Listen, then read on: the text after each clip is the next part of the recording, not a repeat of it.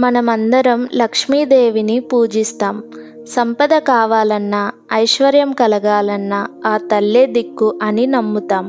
కానీ వెలుగు ఉన్న చోటే నీడ ఉన్నట్లు లక్ష్మీదేవి వెంటే నడిచే మరో విరుద్ధ శక్తి గురించి మీకు తెలుసా? ఆమె పేరు అలక్ష్మి. చాలామంది అలక్ష్మి అంటే కేవలం పేదరికం అనుకుంటారు.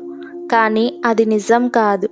ఆమె ఒక దురదృష్టకరమైన పరిస్థితి, ఒక వినాశకరమైన ఆలోచన. పురాణాలు ఒక ఆసక్తికరమైన విషయం చెబుతున్నాయి. ఎక్కడ శుభం ఉంటే అక్కడ లక్ష్మి ఉంటుంది. కానీ ఎక్కడ అశుభం అడుగు పెడుతుందో అక్కడ అలక్ష్మి తిష్టవేస్తుంది. అసలు అలక్ష్మి అంటే ఎవరు? ఆమె నిజంగా ఒక దేవత, లేక మనలోని చెడు గుణాలకి ఒక ప్రతీకనా? అసలు ఆమె మన ఇంట్లోకి ఎలా ప్రవేశిస్తుంది? ఆమె ఇంట్లో ఉంటే ఎలాంటి లక్షణాలు కనిపిస్తాయి? మరీ ముఖ్యంగా దురదృష్టానికి రూపమైన ఆమెను మన ఇంటి నుండి, మన జీవితం నుండి ఎలా దూరం పంపాలి? ఈ రహస్యాలన్నీ తెలుసుకోవాలంటే మనం పురాణాల లోతుల్లోకి వెళ్ళాల్సిందే. పదండి చూద్దాం. అసలు ఎవరి అలక్ష్మి? సింపుల్గా చెప్పాలంటే లక్ష్మీదేవి మనకి ఏవైతే ఇస్తుందో వాటికి పూర్తి వ్యతిరేకమైన శక్తే ఈ అలక్ష్మి. లక్ష్మి అంటే సంపద, ఐశ్వర్యం, మనశ్శాంతి. అదే అలక్ష్మి అంటే దరిద్రం, తీరని అశాంతి, ఇంట్లో నిత్యం జరిగే కలహాలు. పురాణాల్లో ఆమెకు మరో పేరు ఉంది. అదే జ్యేష్ఠాదేవి. జ్యేష్ఠ అంటే పెద్దది అని అర్థం. అంటే లక్ష్మీదేవి కంటే ముందే పుట్టినది అని. వినడానికి వింతగా ఉన్నా దీని వెనుక ఒక అద్భుతమైన కథ ఉంది. అమృతం కోసం దేవతలు, రాక్షసులు కలిసి సముద్రాన్ని మదించినప్పుడు ఆ పాలకడలి నుంచి లక్ష్మీదేవి కంటే ముందే ఈమె ఆవిర్భవించింది. అందుకే ఆమెను లక్ష్మికి అక్కగా భావిస్తారు. కానీ ఒకే చోట పుట్టిన వీరిద్దరి గుణాలు మాత్రం ఉత్తర దక్షిణ ధృవాలంత వేరు. ఒకరు ఇంటిని వెలుగుతో నింపితే మరొకరు చీకటిని మోసుకొస్తారు. అసలు ఈ జ్యేష్ఠాదేవికి, లక్ష్మీదేవికి మధ్య ఉన్న ఆ ఆసక్తికరమైన పోరాటం ఏంటి? అసలు ఈ అలక్ష్మి ఎలా పుట్టిందో తెలుసుకోవాలంటే మనం ఆనాటి క్షీరసాగర మథనం దగ్గరికి వెళ్ళాలి. అమృతం కోసం దేవతలు, అసురులు కలిసి వాసుకిని త్రాడుగా మార్చి పాలకడలిని చిలికారు. ఆ మథనంలో ఎన్నో అద్భుతాలు బయటకు వచ్చాయి. కోరికలు తీర్చే కామధేనువు, అద్భుతమైన ఉచ్చైశ్రవం అనే గుర్రం, మెరిసిపోయే కౌస్తుభమణి, సుగంధాలు వెదజల్లే పారిజాత వృక్షం, ఇలా ఒకదాని తర్వాత ఒకటి వస్తూనే ఉన్నాయి. చివరికి సాక్షాత్తు ఆ మహాలక్ష్మి వెలిసింది. కానీ అక్కడే ఒక ట్విస్ట్ ఉంది. పురాణాల ప్రకారం లక్ష్మీదేవి రాకముందే సముద్ర గర్భం నుండి మరో శక్తి బయటకు వచ్చింది. ఆమెనే అలక్ష్మి. ఆమె సముద్రం నుండి బయటకు వచ్చినప్పుడు వాతావరణమే మారిపోయిందట. పురాణాలు ఆమెను ఎలా వర్ణిస్తాయో తెలుసా?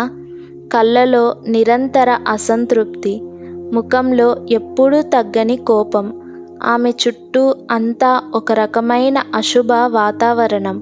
ఆమెను చూసి దేవతలు సైతం వణికిపోయారు. ఎందుకంటే ఆమె ఎక్కడ ఉంటే అక్కడ ఐశ్వర్యం హరించుకుపోతుంది, ఆనందం ఆవిరైపోతుంది. అందుకే ఆమెను శుభ ప్రదేశాలకు దూరంగా ఉంచాలని దేవతలు ఒక కీలక నిర్ణయం తీసుకున్నారు. కానీ ఆమె ఎక్కడికి వెళ్ళింది? ఆమెను ఎక్కడ ఉండమని దేవతలు చెప్పారు? ఇక్కడే అసలైన కథ మొదలవుతుంది. అసలు మన ఇంట్లో అలక్ష్మి ఉందో లేదో తెలుసుకోవడం ఎలా? ఆమెకు ఇష్టమైన అడ్రస్ ఏంటో తెలుసా? పురాణాల ప్రకారం అలక్ష్మి పిలవకుండానే కొన్ని చోట్లకి వచ్చి తిష్ట వేస్తుంది. ఆమె నివసించే ప్రదేశాలను గమనిస్తే మనకే ఆశ్చర్యమేస్తుంది. ముఖ్యంగా అపరిశుభ్రత ఎక్కడ ఉంటే అక్కడ ఆమె ఉంటుంది. చెత్తాచెదారం పేరుకుపోయిన ఇల్లు, వెలుతురు చొరబడని చీకటి మూలలు ఆమెకు ఇష్టమైన నివాసాలు. కేవలం ఇల్లు మాత్రమే కాదు, మనుషుల ప్రవర్తనను బట్టి కూడా ఆమె చేరుకుంటుంది. ఎక్కడైతే నిత్యం గొడవలు జరుగుతుంటాయో, ఎక్కడైతే మనుషుల మధ్య ప్రేమ తగ్గి అసూయ, ద్వేషం పెరుగుతాయో అక్కడ అలక్ష్మి రాజ్యం చేస్తుంది. అంతేకాదు, అధర్మం రాజ్యమేలే చోట ఆమె ఖచ్చితంగా ఉంటుంది. అబద్ధాలు ఆడటం, ఎదుటివారిని మోసం చేయడం, అన్యాయంగా సంపాదించడం, ఇలాంటి పనులు చేసేవారి ఇళ్లలో లక్ష్మీదేవి ఉండలేదు. ఆ ఖాళీని అలక్ష్మి భర్తీ చేస్తుంది.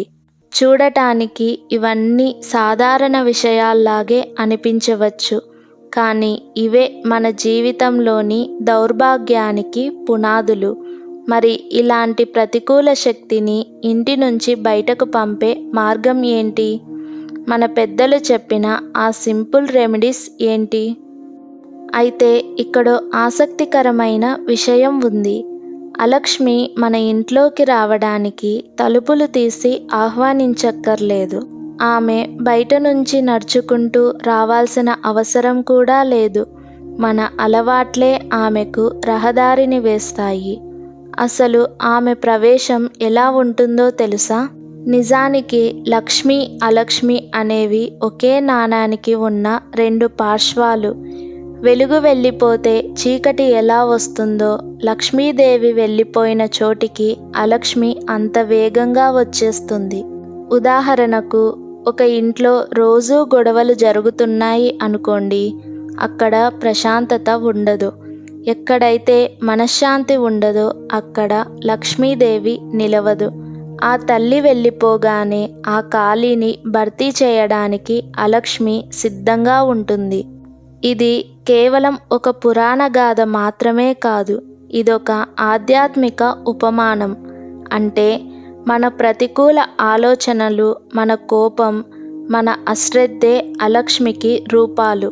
మనం ఎప్పుడైతే క్రమశిక్షణ తప్పుతామో, ఎప్పుడైతే ఎదుటి వారిని గౌరవించడం మానేస్తామో, అప్పుడే మన ఇంట్లోకి, మన జీవితంలోకి దరిద్రం అనేది అలక్ష్మి రూపంలో ప్రవేశిస్తుంది. అందుకే పెద్దలు అంటారు, ఇల్లు శుభ్రంగా ఉంచుకో, నోరు అదుపులో ఉంచుకో అని. ఎందుకంటే ఆ చిన్న మార్పులే అలక్ష్మిని రాకుండా ఆపుతాయి. అసలు మన ఇంట్లో అలక్ష్మి ప్రభావం మొదలైందని చెప్పడానికి కొన్ని హెచ్చరిక సంకేతాలు ఉన్నాయి. అవి కనిపించాయంటే మన ఇల్లు నెమ్మదిగా ఆ ప్రతికూల శక్తి గుప్పిట్లోకి వెళ్తోందని అర్థం. పురాణాల ప్రకారం అలక్ష్మి ప్రవేశించిన ఇంట్లో కనిపించే మొదటి లక్షణం అనవసర ఖర్చులు. రూపాయి సంపాదన ఉంటే 10 రూపాయల ఖర్చు వచ్చి పడుతుంటుంది. చేతికి అందినట్టే అందిన డబ్బు ఏదో ఒక రూపంలో ఖర్చయిపోతుంటుంది. రెండవది, కారణం లేని కలహాలు. భార్యాభర్తల మధ్య కానీ, పిల్లలతో కానీ చిన్న చిన్న విషయాలకే పెద్ద పెద్ద గొడవలు జరుగుతుంటాయి. ఇంట్లో ఎప్పుడూ ఒక రకమైన ఉద్రిక్తత, అశాంతి రాజ్యమేలుతుంటుంది. అంతేకాదు, ఎంత సంపాదించినా, ఎన్ని సౌకర్యాలు ఉన్నా మనసులో ఒక రకమైన అసంతృప్తి, ఏదో కోల్పోయామనే భావన వెంటాడుతుంటుంది. దీనికి తోడు అకస్మాత్తుగా వచ్చే ఆరోగ్య సమస్యలు కుటుంబ సభ్యులను వేధిస్తుంటాయి. గుర్తుంచుకోండి, ఇది కేవలం ఆర్థిక ఇబ్బంది మాత్రమే కాదు, ఇదొక మానసిక స్థితి. మన ఆలోచనల్లో నెగిటివిటీ పెరిగినప్పుడు మన చుట్టూ ఉన్న వాతావరణం కూడా అలాగే మారిపోతుంది. దీనినే పురాణాలు అలక్ష్మి నివాసం అని పిలిచాయి. అయితే ఇక్కడ మనం ఒక లోతైన రహస్యాన్ని అర్థం చేసుకోవాలి. అలక్ష్మి అంటే కేవలం పురాణాల్లో ఉండే ఒక పాత్ర మాత్రమే కాదు, ఆమె మన జీవితంలోని చీకటి కోణానికి ఒక ప్రతీక. నిజానికి అలక్ష్మి ఎక్కడి నుంచో రాదు, మనలోనే పుడుతుంది. ఎప్పుడైతే మనలో ఎదుటి వారిని చూసి ఓర్వలేని అసూయ మొదలవుతుందో అది అలక్ష్మి. ఎంత ఉన్నా ఇంకా కావాలనే అతిలోభం పుడుతుందో అది అలక్ష్మి. చిన్న విషయాలకే విచక్షణ కోల్పోయేలా చేసే కోపం, మన దగ్గర ఉన్నదాన్ని చూసి సంతోషించలేని ఆ అసంతృప్తి, ఇవన్నీ అలక్ష్మికి రూపాలే. పురాణాలు ఈ నెగిటివ్ ఎనర్జీని ఒక రూపంగా వర్ణించి చెప్పాయి, తద్వారా మనం ఆ లక్షణాలను సులభంగా గుర్తించగలమని. కాబట్టి అలక్ష్మిని దూరం చేయడం అంటే కేవలం ఇంట్లో పూజలు చేయడం మాత్రమే కాదు, మనలోని ఈ దుర్గుణాలను ఒక్కొక్కటిగా వదిలించుకోవడం. మన మనసు ఎప్పుడైతే నిర్మలంగా, తృప్తిగా మారుతుందో అప్పుడు ఆ అలక్ష్మి అక్కడి నుంచి తప్పుకుంటుంది. మహాలక్ష్మి స్వయంగా వచ్చి కొలువుదీరుతుంది. సంపద అంటే కేవలం డబ్బు మాత్రమే కాదు, గుణవంతుడైన మనిషి కూడా ఒక సంపదే అని మన పెద్దలు అందుకే చెప్పారు. మనం ఒక విషయాన్ని స్పష్టంగా గుర్తుంచుకోవాలి. వెలుగు లేకుండా చీకటి లేదు, లక్ష్మి లేకుండా అలక్ష్మి లేదు. పురాణాల ప్రకారం వీళ్ళిద్దరూ ఒకే నాణానికి ఉన్న రెండు వైపులు. అసలు వీళ్ళిద్దరి మధ్య ఉన్న తేడా ఏంటో తెలుసా? మన ప్రవృత్తే వీళ్ళిద్దరిలో ఎవరో ఒకరిని ఎంచుకుంటుంది. ఎక్కడైతే ధర్మం ఉంటుందో, ఎక్కడైతే మనుషులు సత్యాన్ని గౌరవిస్తారో, ఎక్కడైతే ఇల్లు మరియు మనసు పరిశుభ్రంగా ఉంటాయో అక్కడ మహాలక్ష్మి కొలువుదీరుతుంది. ఆ ఇల్లు ప్రశాంతతతో, సిరి సంపదలతో కలకలలాడుతుంది. కానీ అదే సమయంలో ఎక్కడైతే అన్యాయం రాజ్యమేలుతుందో, ఒకరి ఎదుగుదలను చూసి ఓర్వలేని అసూయ ఉంటుందో, అబద్ధాలతో పనులు సాధించుకోవాలనే అసత్యం ఎక్కడైతే ఉంటుందో అక్కడ లక్ష్మీదేవి ఒక్క క్షణం కూడా నిలబడదు. ఆ తల్లి వెళ్ళిపోయిన మరుక్షణమే అలక్ష్మి అక్కడ తిష్ట వేస్తుంది.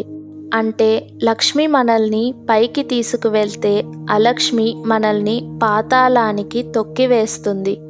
ఇద్దరూ సముద్ర గర్భం నుంచే పుట్టారు, కానీ వారు ఇచ్చే ఫలితాలు మాత్రం ఆకాశానికి భూమికి ఉన్నంత తేడా ఉంటాయి.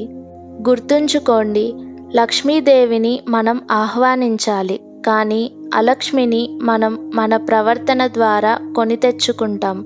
ఈ రెండింటిలో మీ ఇంట్లో ఏ శక్తి ఉండాలో నిర్ణయించుకోవాల్సింది మాత్రం మీరే.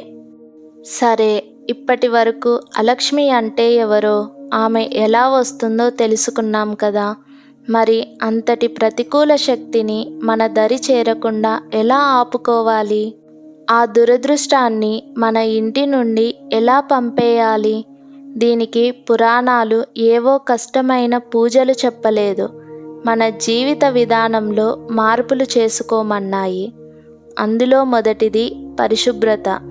మనం ఇల్లు క్లీన్ చేసుకోవడం అంటే కేవలం ఆరోగ్యం కోసమే అనుకుంటాం, కానీ ఆధ్యాత్మికంగా చూస్తే ఎక్కడైతే అపరిశుభ్రత ఉంటుందో అక్కడ అలక్ష్మి తిష్ట వేస్తుంది. మనం ఇంటిని, మన పరిసరాలను ఎంత శుభ్రంగా ఉంచుకుంటే ఆ నెగిటివ్ ఎనర్జీ అంత వేగంగా బయటికి వెళ్ళిపోతుంది. అందుకే శుభ్రత ఉన్న చోటే శుభం అని అంటారు. రెండవది ప్రశాంతత. ఇంట్లో రోజు గొడవలు అవుతుంటే అక్కడ లక్ష్మీదేవి ఒక్క క్షణం కూడా నిలవదు. ఆ తల్లి వెళ్ళిపోయిన మరుక్షణమే అలక్ష్మి లోపలికి వచ్చేస్తుంది. అందుకే ఇంట్లో మాటల యుద్ధాన్ని తగ్గించి అనురాగాన్ని, శాంతిని పెంచుకోవడం అలక్ష్మిని పారద్రోలడానికి అత్యంత శక్తివంతమైన మార్గం. ఇక మూడవది, అత్యంత ముఖ్యమైనది, దానం.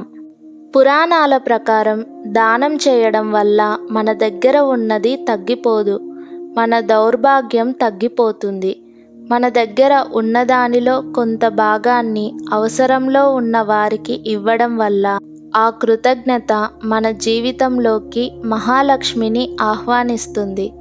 గుర్తుంచుకోండి, ఇవన్నీ కేవలం ఆచారాలు కావు, ఇదొక జీవన సూత్రం. మన ఆలోచనల్లో, మన పనుల్లో మార్పు వస్తే ఆ అలక్ష్మి అస్సలు మన దరిదాపుల్లోకి కూడా రాదు.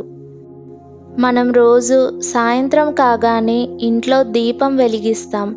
ఇది తరతరాలుగా వస్తున్న ఒక ఆచారం మాత్రమే కాదు, దీని వెనుక ఒక అద్భుతమైన పరమార్థం ఉంది. అసలు దీపం అంటే కేవలం చీకటిని పోగొట్టే వెలుగు మాత్రమే కాదు, అది సాక్షాత్తు మహాలక్ష్మికి ప్రతిరూపం. పురాణాల ప్రకారం సాయంత్రం వేళ అంటే ప్రదోష సమయం. ఆ సమయంలోనే లక్ష్మీదేవి లోక సంచారం చేస్తుందని మన నమ్మకం. ఎక్కడైతే భక్తితో దీపం వెలిగించి ఉంటుందో ఆ వెలుగును చూసి తల్లి ఆకర్షితురాలవుతుంది. అంతేకాదు, దీపం వెలిగిన చోట అలక్ష్మి నిలవలేదు. ఎందుకంటే వెలుగు ఉన్న చోట చీకటికి తావుండదు కదా.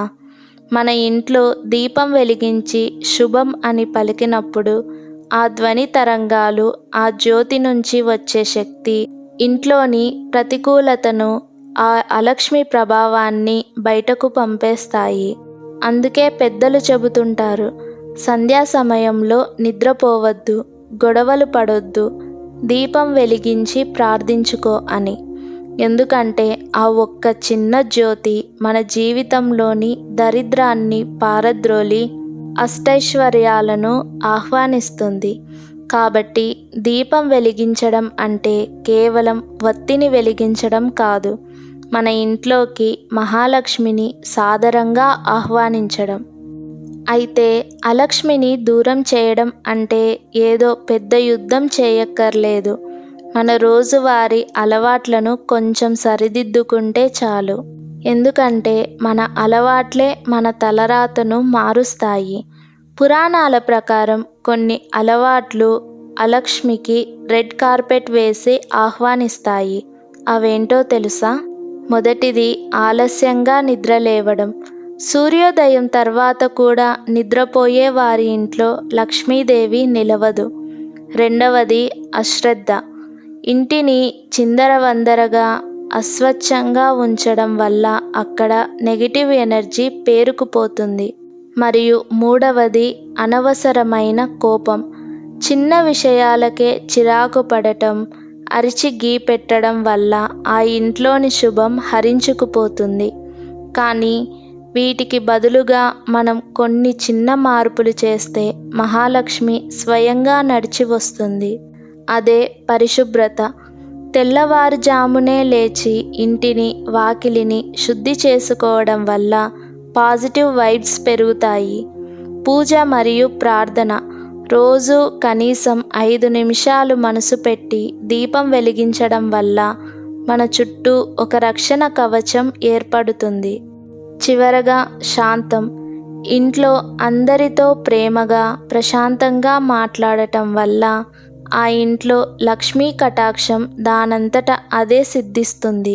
గుర్తుంచుకోండి, అలక్ష్మిని పంపడం అంటే మనలోని చెడును వదిలేయడమే. మన అలవాట్లు మారితే మన అదృష్టం కూడా మారుతుంది. చివరగా పురాణాలు మనకు అందిస్తున్న అత్యంత గొప్ప సత్యం ఒక్కటే. అలక్ష్మి అనేది కేవలం మన బయట ఎక్కడో తిరిగే శక్తి కాదు. అది మన ఆలోచనల్లో, మన ప్రవర్తనలో పుట్టే ఒక పరిస్థితి. మనం ఎప్పుడైతే మన నెగిటివ్ ఆలోచనలను మార్చుకుంటామో, ఎప్పుడైతే మన అలవాట్లను క్రమబద్ధం చేసుకుంటామో, అప్పుడు ఆ అలక్ష్మి స్వయంగా వెళ్ళిపోతుంది. ఆమెను పంపడానికి మనం యుద్ధాలు చేయక్కర్లేదు. మనల్ని మనం సరిదిద్దుకుంటే చాలు. అలాగే లక్ష్మీదేవి మన ఇంట్లోకి రావడానికి కూడా మనం ఆర్భాటాలు చేయనవసరం లేదు. ఎక్కడైతే శాంతి ఉంటుందో అక్కడే లక్ష్మి ఉంటుంది. ఎక్కడైతే మనసులో సంతృప్తి ఉంటుందో అదే అసలైన సంపద. గుర్తుంచుకోండి, అద్దం ముందు మన రూపం ఎలా ఉంటే ప్రతిబింబం అలానే కనిపిస్తుంది. మన జీవితం కూడా అంతే. మన మనసులో పాజిటివిటీ ఉంటే అది లక్ష్మీ కటాక్షం, నెగిటివిటీ ఉంటే అది అలక్ష్మి ప్రభావం. మన ఇంటిని, మన మనసుని ఆ తల్లి నివాసం ఉండేలా మార్చుకుందాం. మరి ఈ వీడియో మీకు ఎలా అనిపించింది? మీ జీవితంలో కూడా ఇలాంటి అనుభవాలు ఉన్నాయా? కింద కామెంట్స్లో తెలియజేయండి. ఇలాంటి మరిన్ని ఆధ్యాత్మిక విషయాల కోసం మా ఛానల్ని సబ్స్క్రైబ్ చేసుకోవడం మర్చిపోకండి. సర్వం శ్రీ మహాలక్ష్మి అర్పణమస్తు.